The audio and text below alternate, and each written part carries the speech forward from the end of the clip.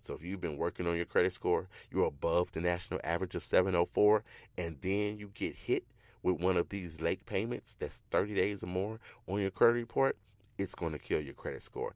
And the higher your score, the more points you get taken off of your credit report. So make sure that you pay your payments on time. That's number one.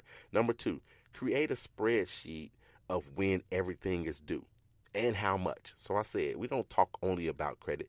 This particular spreadsheet will help you so much because it'll stop you from missing payments. So create a spreadsheet of what's due, how much is due, and when it's due. Now, if spreadsheet is too fancy for you, I don't know anything about Excel. I can barely work Word or whatever it is. Then I want you to grab the nearest piece of toilet paper and the nearest crayon and write those things down. Just write it down somewhere so you know when this is due, when that payment is due, and make sure that you make those payments on time. So create yourself some kind of spreadsheet, some kind of something that you can look at and know when those payments are due so you can stop yourself from being late. Number three, reduce your credit card debt. I cannot emphasize this anymore. You want to reduce any debt. You want to reduce all the debt, but for credit score purposes, credit card debt is where you want to concentrate. So that has a big impact on your credit score. Those other debts, like your car note, your mortgage, things of that nature, reducing them is good for your pocketbook, of course, right? You don't want to have to pay that much interest out. However, they do not impact your credit score the same way that credit cards do. So reduce your credit card debt. And like I said, I can't emphasize that anymore at all. You've got to reduce your credit card debt. Now, when you get it reduced and you get that credit card debt down or you pay some of them off, don't close them. Do not close those credit cards. Keep them open. I know you might not want to or what have you, but keep those credit cards open. That's helpful. That is very, very helpful for your credit score. So you want to do that, all right? Number four, save. Yes, save money. Save money where you can. Create an emergency fund. If you could save some money, it could save your credit in the long run. So something happens, whatever it is, and we won't talk about what catastrophe it could be, but if something happens and you're without some income or you need to get some additional money, if you have some savings, if you have an emergency fund, you can draw on that to help save your credit. Yes, then you're going to make that payment. You're not going to become 30 days late. So saving money can actually help you save your credit in the long run if something happens. And I did an entire show about savings and how it can save your money. Go back and listen to that show as well. Go back and check it out. It's on the app. Definitely, it's on Spreaker.com. It's anywhere you can get it. And you can always go to my website, www.creditscoreman.com. And at the top of the banner, at the top of my website, there's a banner. Click on the banner. It'll send you directly to the shows, and you can look through all the episodes. I don't even know what number episode this is, but it's got to be over 120 episodes, right? So there's a whole bunch of talking about credit going on, and you can learn a whole bunch of things. So yes, save money. That was number four. Number five, stop applying for credit everywhere. Inquiries, whether you're approved or not. And I need to emphasize this because I've been saying it forever. And not too long ago, I was talking to someone, and they didn't realize that if they weren't approved, that it still impacted their credit score. So yes, every time you apply for credit somewhere, whether they approve you or not, whether they give you the new credit card and it's only a $200 limit versus a $10,000 limit, whether you get the car or you don't get the car, whether you're denied for the mortgage or whatever it is, you try to get appliances, whatever it is, if you are denied or approved, the inquiry is going to go on your credit report. It's going to stay on there for 2 years, and it's going to impact your credit score. So it will lower your credit score. So it's never going to make it higher. So make sure you only apply for credit when you need to. How many points can it impact you? 2 to 10 points. So typically I see 4 points. I see about 4 points when somebody applies for something and come off their credit report. But speaking to Experian, they said they're doing either 5 or 10 points. So you can lose 10 points just for going to Best Buy and applying for the card so you can get, whatever it is you're trying to get at Best Buy, whether it's a computer or if it's some speakers or a refrigerator or whatever it is at Best Buy, you're going to get knocked those points, all right? So make sure you don't apply everywhere you go because, yes, that can impact your credit score. So that's 5. That's 5 of the 10 things that I want to tell you guys. So let me do a couple more shout-outs. Question of the day as well. Let me get a shout out to Daryl Perry, one of my frat brothers. He celebrated his birthday. So, yo, to you, Daryl Perry. Happy birthday to you. Marie Denson, my niece, she's going to be celebrating her birthday, I think, on the 2nd. So that is tomorrow. So happy birthday to you, Marie. Marie Denson is celebrating her birthday. And Alderman Derek Curtis is going to be celebrating his birthday early next week. Early next week, he's going to be celebrating his birthday. Alderman Derek Curtis, man. So keep doing the job for the people in the city. In your city, man, and your constituents. I'm watching you, and I'm encouraged by everything that you do. So, Alderman Derek Curtis, happy birthday, happy early birthday to you, sir. All right, so let's go ahead and jump into this question of the day. You too can ask questions. You can send me questions. Email me, 800@creditscoreman.com. Email me there.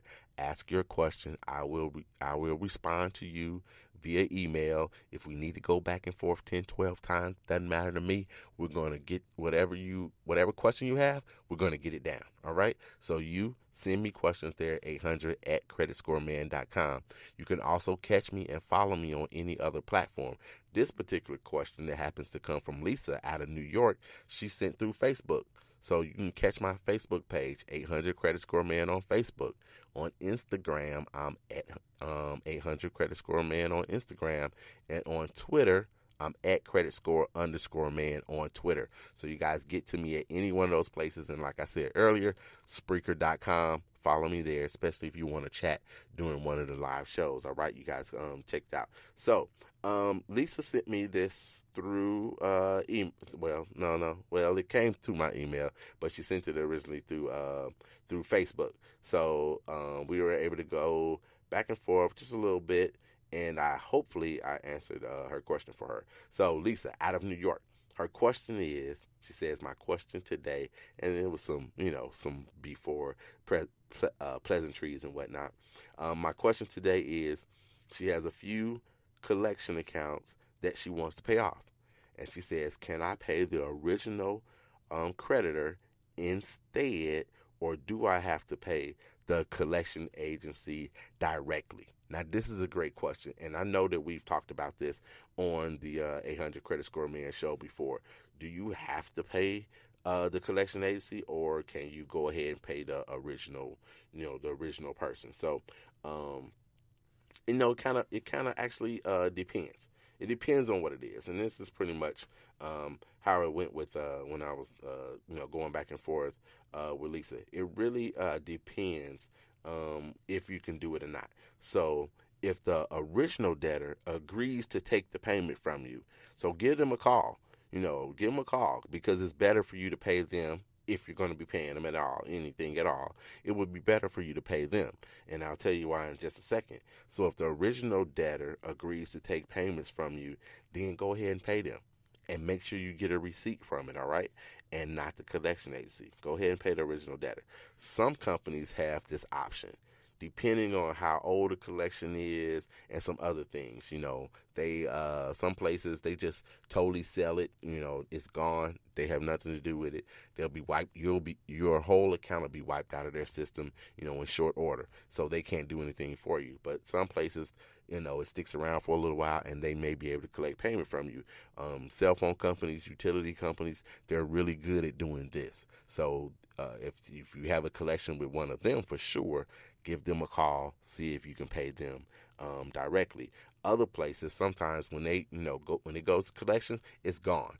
I mean, they just really wipe their hands clean of this particular account, and they wipe your hands clean, and then you can't pay them. You can't pay the the original debtor, if you will. You can't do that.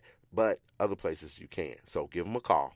And also some medical places too. So if you got a medical debt, you're talking is 2, 3, 4 months old or whatever, and you owe the hospital, or let's say you owe your physician or a physician that you went to, you owe that particular one, call that office. See if they can take payment from you. And if they can, then that's who you want to pay. Now, why is this? Why do you want to pay them versus paying the collection agency if you're going to pay anything at all? You want to go ahead and pay them because then, check this out. Now, a lot of people try to skirt the system and try to, say that, well, I never made a contract with this collection agency, so I don't owe them. I've said it in the past. I don't know you, so I don't owe you. Some people really feel that way. That's not necessarily the case, right? So if they legally purchased, if you will, your debt, if they legally purchase your debt, then yes, they can collect on that debt. But if you pay the original debtor, so if it's that hospital, if it's a cell phone company, if it's a utility company or whoever, if you pay the original debtor, then that collection agency can't collect on you. And honestly and frankly, the original debtor did not send you the collections. You might have been purchased by a collection agency, but when you look at it on your report, the collection agency is the one that placed this on your credit report. By law, yes, they have to include who the original person is, because you'll be looking at it and you'll say, I don't know these people, so I don't know them, so I don't owe them. That's what you'll be saying. So they'll put it down. Here's the original person, right? So you know who it is that you originally pay, and then hopefully you know something about it, and you don't get stuck for additional fees and money and whatnot. So they put those things down. But if you pay the original debtor first, you pay them, you get your receipt, and then you can call up TransUnion, Equifax, Experian, or send a dispute and say, I don't owe these people. And so when they contact the collection agency will see that you've paid. Hopefully the debtor did what they were supposed to, the original debtor. They'll see that you don't owe them, and they'll have to remove it because you don't actually owe the people that placed that on your credit report. So that's what you want to do. If you can, at any time, pay the original debtor instead of paying the collection agency, then do so. Now, there's all kinds of different scenarios. If you're like, I don't have $500 to pay these people, but if I could get out of this debt for $250, I will. You may not be able to get out of that debt with the original person, but perhaps you could get out of that debt and pay half of it if you dealt with the collection agency. Maybe you could. So there's some things in there that you need to look at and weigh and see if you want to do it. You got questions? Who you going to call? You're going to contact me, the 800 Credit Score Man, 312-600-5855. Give me a call. Let's talk about what's going on with you, or send me that email, 800@creditscoreman.com, 800@creditscoreman.com, and follow me on all those platforms. You can DM me and all those things on every one of those platforms, and I'll get back to you on that. So I want to say to Lisa, thank you very much. I appreciate you sending in that question, and you are officially a part of the 800 Credit Score Man Show family. Thank you very much.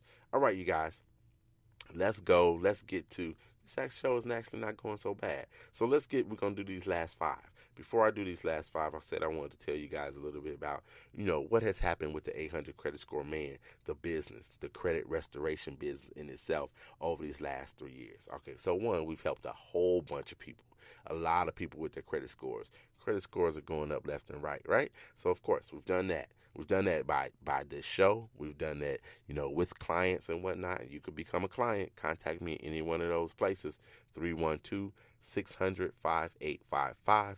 Go to my website, creditscoreman.com, or contact me on any of those plans. You can become a client as too. So several clients of mine have also gotten homes that they ordinarily wouldn't have been able to get because their credit scores have gone up. People have bought vehicles and things of that nature, all the kinds of things they wanted, gotten credit cards, and they've increased their credit scores. At the end of the day, that's the bottom line, that you increase your credit scores. Some folks are even coming close to my credit score. They really are. They're coming really close to my credit score. And speaking of that, Speaking of that, make sure you follow me too. I keep telling you guys follow me. Make sure that you follow me too, because I posted a few weeks ago a picture of